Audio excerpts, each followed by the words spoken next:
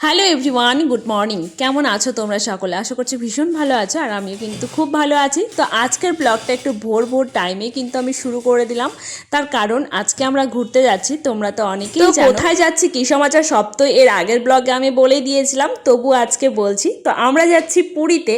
তো যার জন্য কিন্তু ভোর ভোর টাইমে আমরা বেরিয়ে পড়লাম, কারণ 4:30 ট্রেনটা আমাদের ধরতে হবে।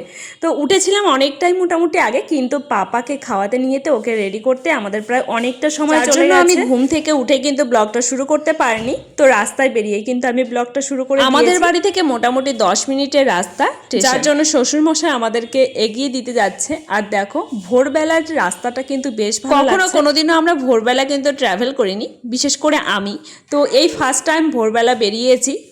বেশ ভালো লাগছে। কিছু কিছু মানুষ আছে এখনো পর্যন্ত রাস্তায়, কারণ যারা যারা বেরোবে ভোরবেলা, তো তাদেরকে 2-1জনকে দেখা যাচ্ছে। তো যাই হোক, অবশেষে আমি স্টেশনে চলে এসেছি। আর এখান থেকে আবার টিকিট কাটতে হবে, কারণ আমরা যাব এখন হাওড়ায়, মানে নবদ্বীপ ধাম থেকে এখন যাব আমরা হাওড়া। তো হাওড়া থেকেই কিন্তু ট্রেনটা ধরতে হবে। তো এখানে নবদ্বীপ স্টেশনে আমরা বসে রয়েছি, আর এই যে আমার হাজব্যান্ড তো একটু ঘোরাঘুরি করছিল, কারণ ট্রেনটা আসতে এখনও মোটামুটি 10 মিনিটের মতন লেট হবে। তো দেখো প্রচণ্ড পরিমাণে ঠান্ডা ছিল, যার জন্য আমরা কিন্তু একদম সোয়েটার, জ্যাকেট ম্যাকেট সব কিছু পরে নিয়েছিলাম। আর সত্যি কথা বলতে ভোরবেলার ট্রেনে প্রচণ্ড পরিমাণে ঠান্ডাও লাগছে। তো এইবারে পুরীতে আমি, কর্তামশাই আর আমার ছেলেই যাচ্ছি, তো আর কাউকে নেওয়া হয়নি। তো পরে আবার বাবা মাকে পাঠানো হবে। তো যাই হোক, এইদিকে দেখো স্টেশনে প্রচুর মানুষ রয়েছে, তবে ভোরের ট্রেনটায় খুব একটা ভিড়ভাট্টা। আমরা যে ট্রেনটায় গেছিলাম সেখানে দেখতেই পাচ্ছ একদম পুরোপুরি ফাঁকা রয়েছে। যারা বাজার করতে যাচ্ছে বা কলকাতায় যাচ্ছে, তো তাদেরকেই কিন্তু দেখা যাচ্ছে, মানে ব্যবসাদার লোকগুলো। তো যাই হোক, আর এইদিকে দেখো প্রচুর পরিমাণে ঠান্ডা। আর পাপাকে কিন্তু আমি কম্বল মুড়িয়ে দিয়েছি, মানে জ্যাকেটও পরেছে, তার সত্ত্বেও কিন্তু আমি কম্বলটা দিয়েছি, কারণ আমাকেও প্রচণ্ড পরিমাণে ঠান্ডা লাগছিল। তো যাই হোক, আর কি করা যাবে, আমি হাত মোজাও পরিনি আর পায়ে মোজাও পরিনি, যার জন্য প্রচণ্ড ঠান্ডা লাগছিল। আর পাপাকে তো হাত মোজাও পরিয়ে দিয়েছিলাম, চুপচাপ বসে। অবশেষে 7:30 নাগাদ কিন্তু আমরা পৌঁছে গেছিলাম হাওড়ায়। আর হাওড়ায় এসে দেখো পাপা কিন্তু আমার ট্রলি ব্যাগটা নিয়ে খুব ঘোরাঘুরি করছিল, কারণ কিছুদিন পর কিন্তু ও এই ট্রলিটা নিয়েই ঘুরতে পারবে। আর বেশিরভাগ সময় কিন্তু ওই ট্রলিটাকে ঠেলে নিয়ে যাচ্ছিলো। আর এই যে দেখো এদিকটায় কি ভালো লাগছে। ফার্স্ট টাইম এটা নিয়ে আমার দ্বিতীয়বার হাওড়ায় আসা। তো যাই হোক, বেশ ভালো লাগছিল। তারপর ভেতরে এসে আমরা কিছুক্ষণ বসেছিলাম, কারণ ট্রেনটা আসতে অনেকটাই লেট করেছিল। তো যার জন্য প্রচণ্ড পরিমাণে খিদেও পেয়ে গেছিলো, কারণ সকালবেলা তো আমরা কিছু খেয়ে যাইনি। তো কর্তামশাই আবার বিস্কিট নিয়ে আসলো, তো সেগুলোই আমরা বসে বসে খাচ্ছি। আর পাপাও কিন্তু বসে বসে খাচ্ছিল। আর পাপাকে হাতে কিছু একটা না দিলে পরে ও কিন্তু ভীষণ দুষ্টুমি করতে থাকে।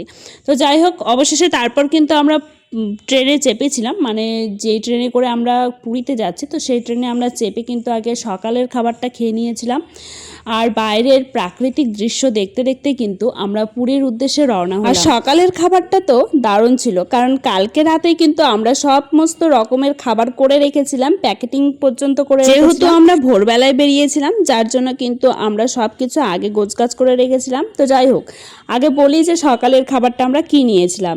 তো আমাদের সকালের খাবারে ছিল লুচি, পায়েস, আর তার সাথে কিন্তু ছিল আলুর দম।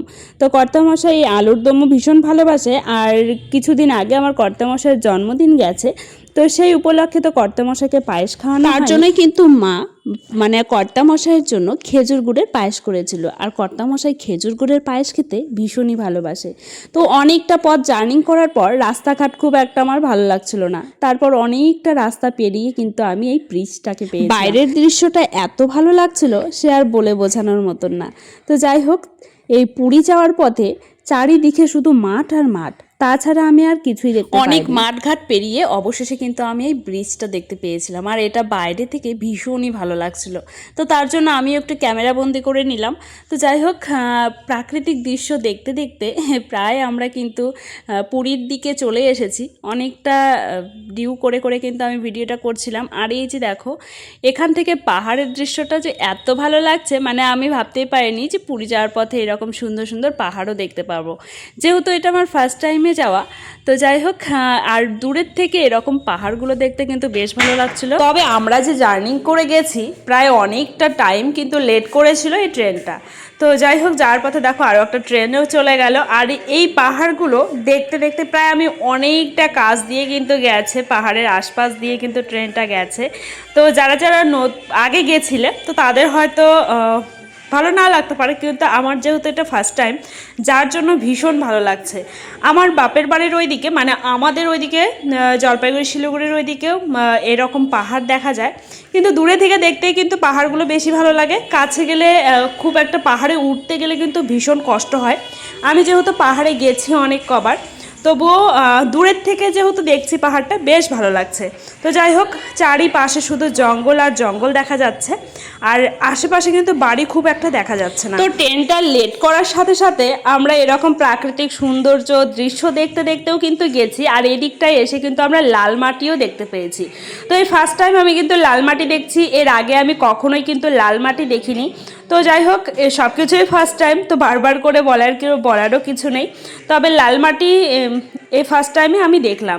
তো তারপর কিন্তু আমরা অবশেষে চলে এসেছিলাম পুরীতে। আর পুরী এসে দেখো পাপার কাণ্ড, পাপা কিছুতেই কোলে উঠবে না, ও ট্রলি নিয়ে হাঁটবে, কিন্তু হাঁটতে গিয়ে তো হোঁচট খাচ্ছিল, যার জন্য আমার কর্তামশাই আবার ওকে ট্রলিতে বসিয়ে নিয়েই চলে যাচ্ছে। তো চলো, পুরীতে তো চলে এলাম, তবে পুরীতে গিয়ে কোথায় কোথায় ঘুরতে যাই সেই ব্লগটা তো অবশ্যই দেবো। তো আমাদেরকে কিন্তু একটা দাদু নিতে এসেছিল, ওই দাদুর হোটেলই কিন্তু এই পুরীতেই রয়েছে। তো আমরা যেহেতু ফার্স্ট টাইম যাচ্ছি, মানে কর্তামশাই এর আগে এসেছে, তবুও উনি যেহেতু আমাদের হোটেল বুক করে দিয়েছে, যার জন্য কিন্তু আমাদেরকে নিতে এসেছিল। তো এখন আমরা হাঁটতে হাঁটতে সেই দিকেই যাচ্ছি। তো অনেকটা পথ কিন্তু যেতে হয়, যেখানে আমাদের টোটো রয়েছে, তো সেইখানেই যাচ্ছি। আর এই যে দেখো পাপা কত আরাম করে যাচ্ছে, মানে ওর ভীষণ আনন্দ, ওইভাবে যাচ্ছে। আর সবাই কিন্তু ওকে তাকিয়ে তাকিয়ে দেখছিল। আর ওর কর্তামশাই কিছু একটা বলছিল আমাকে। কি বলছিল? আমি তো কিছু বলিনি। না না, কিছু একটা তো বলছিল, তো যার জন্য ওইখানে আমার সাথে খুব মজা করছিল। তো যাই হোক, তারপরে কিন্তু আমরা টোটোয় চেপে পড়েছিলাম। তো টোটো থেকে কিন্তু অনেকটা দূরে আমাদের হোটেলটা ছিল, আর হোটেলটা খুবই ভালো ছিল। আর সেটা ছিল একদমই সমুদ্রের স্বর্গদুয়ার থেকে মোটামুটি ওই 2 মিনিটের রাস্তা হাঁটলেই কিন্তু আমাদের হোটেলটা পড়ে। তো সেখান থেকে আমাদের খুবই সুবিধা হয়েছিল, মানে বিচে যেতে। তো যাই হোক, পুরী এসে কিন্তু ভীষণ ভালো লেগেছে। তো আর জার্নিংটা তো বলার মতন না। আজকে আমাদের ট্রেনটা অনেকটাই লেট করেছিল জন্য আমরা কিন্তু অনেকটা লেটেই কিন্তু সেইখানটায় পৌঁছেছিলাম। তো পৌঁছানোর পর আমাদের খুবই টায়ার্ড ছিলাম, পাপাও খুবই টায়ার্ড ছিল। তো যার জন্য আমি সম্পূর্ণ ব্লগটা করিনি, মানে একটু কেটে কেটে করেছি। তো যেটুকু করেছি সেটুকুই শেয়ার করছি।